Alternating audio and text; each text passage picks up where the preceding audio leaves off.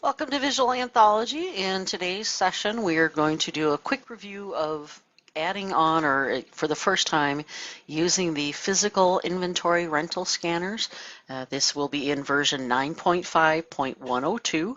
And as of right now, the scanner model you would probably be renting will be the small silver and black OPN or Opticon scanners. They are about the size of a matchbox, and they will hold quite a few scans at once, probably upwards of 1,000. However, we do recommend that when you're doing your scanner batches, that you keep them on the small end at first, just to kind of get used to the feel of how many items and how long it will take to download that batch and to go through and review it. So for the first things is you do want to be on at least 95102. It's fine if you're on slightly older versions, but for today's training, we'll do the 95102 version.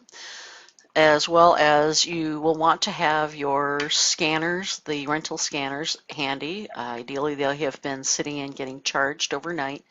If not, go ahead and plug them into one of your towers now so they can start charging. You'll need the cable that they came with. That will be connected to your tower. And throughout the PI process, you'll leave that cable connected to the tower, and you'll just be connecting and reconnecting these small rental scanners to that cable as people are coming back with their full scanner from the shelves that they just scanned. But before we can actually do a download, we need to do a quick little install. First of all, when you get your email from Anthology saying the license code and other details about the scanner, they may have a link to the Opticon website to download the driver, especially if this is the first time on the particular workstation you're going to use the PI from. You may need to do this part.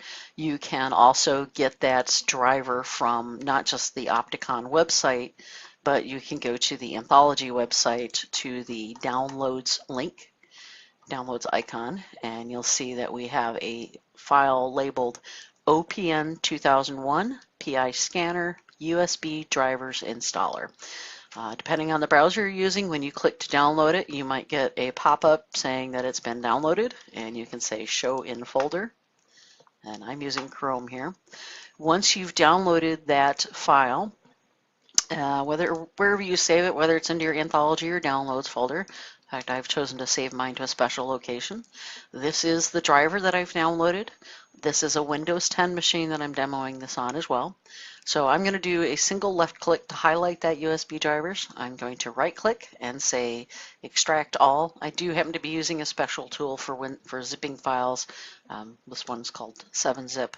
Whatever works for you best, I'm just going to go ahead and say extract that driver.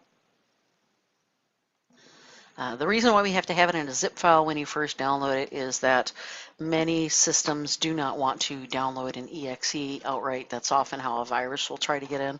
So that's why the need for zipping the file and saving it and extracting it onto your local machine.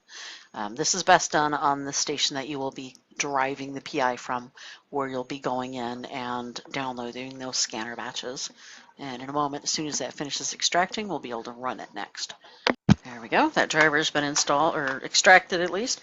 I'm just going to do a quick F5 on my keyboard to refresh to make sure I've got the most recent version showing up.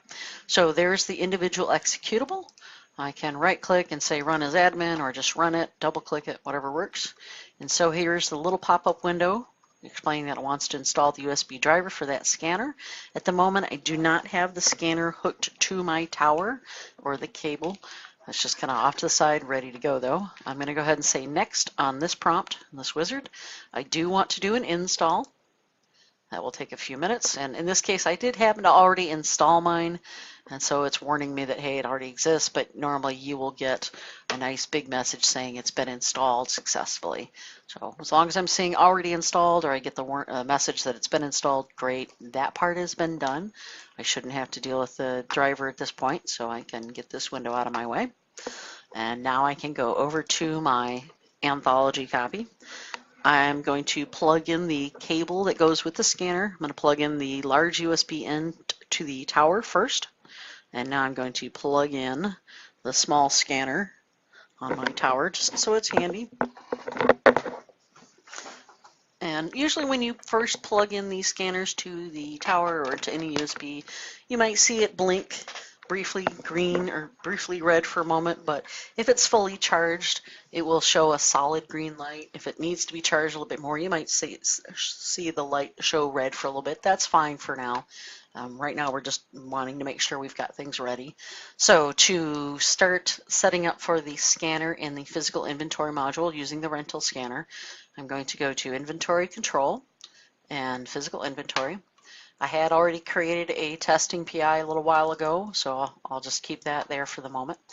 Now I need to both select what scanner model and also put in that license code that activates it for a period of time. So by going up to the Actions menu, there is a Specify Scanner option. Now notice when I open this window, there is not explicitly listed an option for OPN2001. However, it is very similar, and the coding in the background is identical to what the symbol CS1504 used to be. So if you're using the newer Opticon, small little matchbook sized, it's an OPN2001, you would want to use the symbol CS1504 in this little specify scanner window, and we got to that by going to the Actions menu. So I'm going to say symbol on mine, that's close enough to what I'm using. I'll say save. So now I've specified the model of scanner, so the system knows how to communicate it. Now I need to put in that license code. So I'll do one more step of Actions and then enter review license for scanning. Now in the email that you were sent when the scanners were shipped out, or possibly on a piece of paper that came with the scanners, you will have a long string of numbers and letters, something like this. It is case sensitive, so we do recommend as much as possible paste into this field, not hand type. If you're not sure if the letter that or character that you're looking at, is it an uppercase I, is it a lowercase I? If you're in Notepad, you can go up to the format and say change the font and maybe make the font a little bit bigger. You can change the font to something else. I find that for me, Courier New happens to be a little bit more easy to read and interpret because it does have those serifs at the end. So it is a little easier to identify if it's an uppercase I or a lowercase I. There's no harm if you do put in the first couple of times and put in the wrong code. It's not going to block you out or anything. As long as I've got that full code in, it reads it, it's happy. When I say post, I should start to see the license valid until date. And so now at this point I can cancel out of that window. So now I've gotten my USB driver installed. My scanner is physically connected to my tower by way of the USB cable it came with. I have specified the model of my scanner, and I also have put in the license number. So at this point I've created my brand new PI, whether this is a test one or a live one. In this case I would recommend doing a small test one just a few days before, just to make sure everything's working good and the drivers are working good. And in fact, at this point, I could go through and scan a couple of units of one of my titles, and I will plug in my scanner to the cable that I had plugged to the tower a moment ago. I'll leave the tower and that USB connected all the time.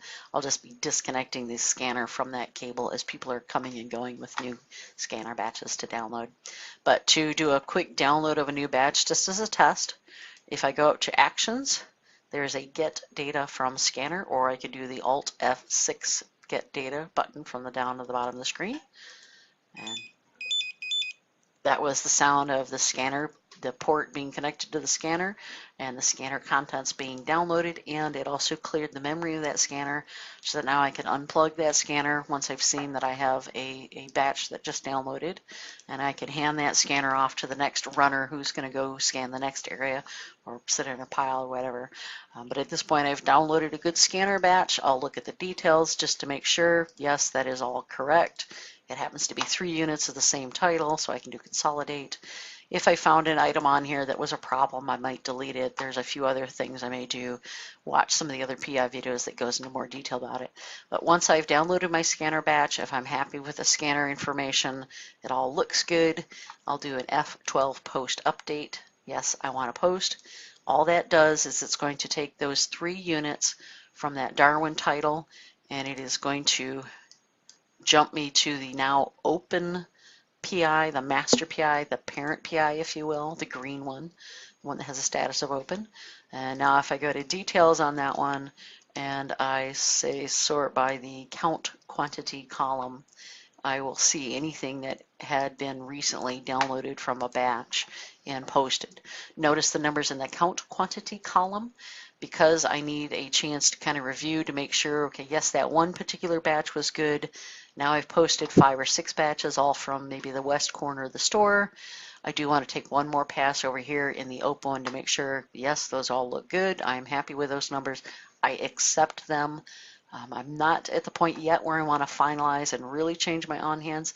I just want to make kind of a quick note that, okay, the one driving the PI says that these numbers are good. They've been accepted. So I'll do another mini F12 post update.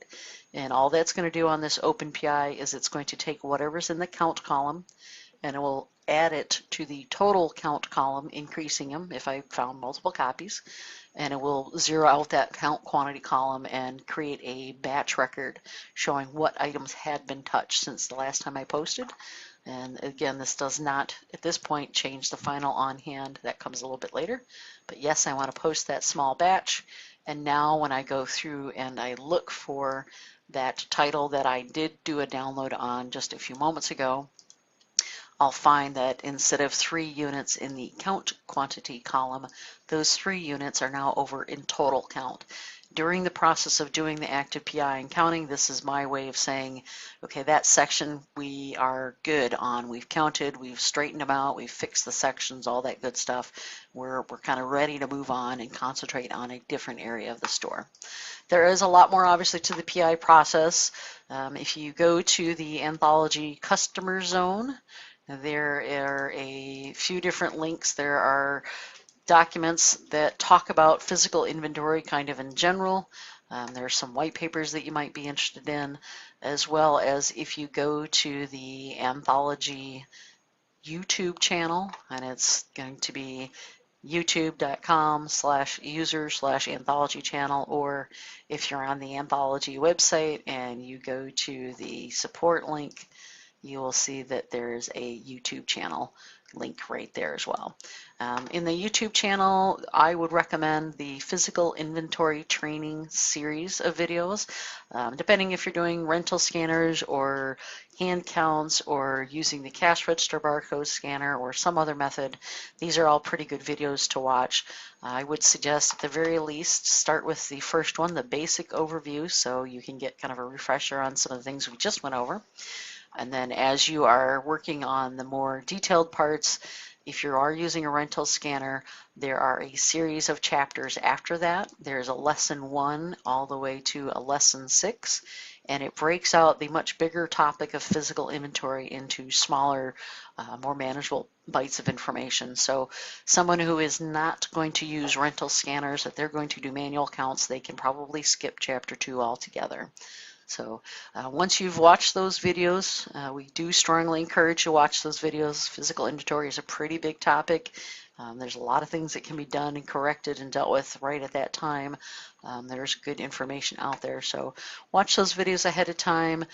Consider creating a new, just a quick small test physical inventory in your live data. Do a couple of quick downloads to make sure that you understand how the process works. You'll get a sense of how fast you can work as well.